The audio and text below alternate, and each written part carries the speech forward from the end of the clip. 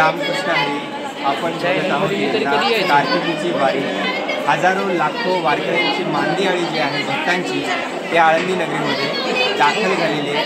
आज एकादशी आहे आणि या पावन पर्वावरती 750 वर्षापूर्वी म्हणजे ज्ञानेश्वर महाराजांच्या समाधी सोहळ्याला या सगळ्या एकंदरीत वारकरी संप्रदायाला आज पूर्ण होत आहे. तो सोहळा जो काही आहे तो या आळंदी नगरीमध्ये भरलेला आहे.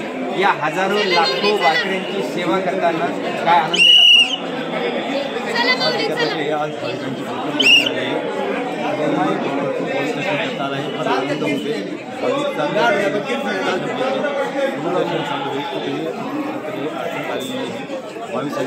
आम्हाला विनंती करताना फार आनंद होतो. आम्ही परमेश्वराला विनंती करू का आम्हाला प्रत्येक वेळी दर्शनाचा लाभ आणि लोकांचे बंदोबस्त करण्याची संधी मिळेल. आपण बघतो आहोत की आपल्यासोबत परदेशी जोडलेले आहेत. खरं नक्की काय सांगाल एकंदरीत ह्या रोजच्या तुमच्या धकाधकीच्या जीवनामध्ये प्रचंड व्याप या वर्दीवरती असतो, जिम्मेदाऱ्या असतात.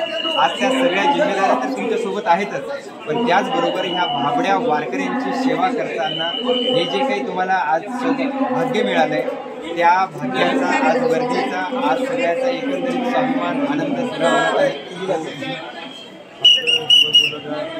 भाग्य जीवन असतं. पर्यंत बंदोबस्त करताना आम्हाला फार आनंद होतो. आम्ही परमेश्वराला विनंती करू प्रत्येक वर्षी आम्हाला बंदोबस्त झाला मिळावा. आपण बघतो आहोत की वर्दीचं सार्थक झाल्याचा आनंद परदेशी साहेबांनी आपल्याकडे व्यक्त केला आहे. खरं तर संतचरण रज लागता सहज, वासनेची बीज जळून जाई, मगराम नाम उपजे आवडी, आणि सुख घडोघडी वाढू लागे. वारी म्हणजे एक सुख आहे, वारी म्हणजे एक आनंद आहे, आणि वारी म्हणजे एक सोहळा आहे. वारी म्हणजे नुसता सोहळा आनंद नाही तर एक प्रकारचा भक्तांचा उरूस आहे. आणि हा उरूस आज आळंदी नगरीमध्ये गाभाऱ्यामध्ये आपल्याला बघायला मिळतो. तुम्ही सर्वजण बघत आहात यंदाची कार्तिकीची वारी महाराष्ट्र न्यूज चॅनलच्या माध्यमातून, आणि मी तुमच्या सगळ्यांचा लाडका अर्थात गणेश आघाव.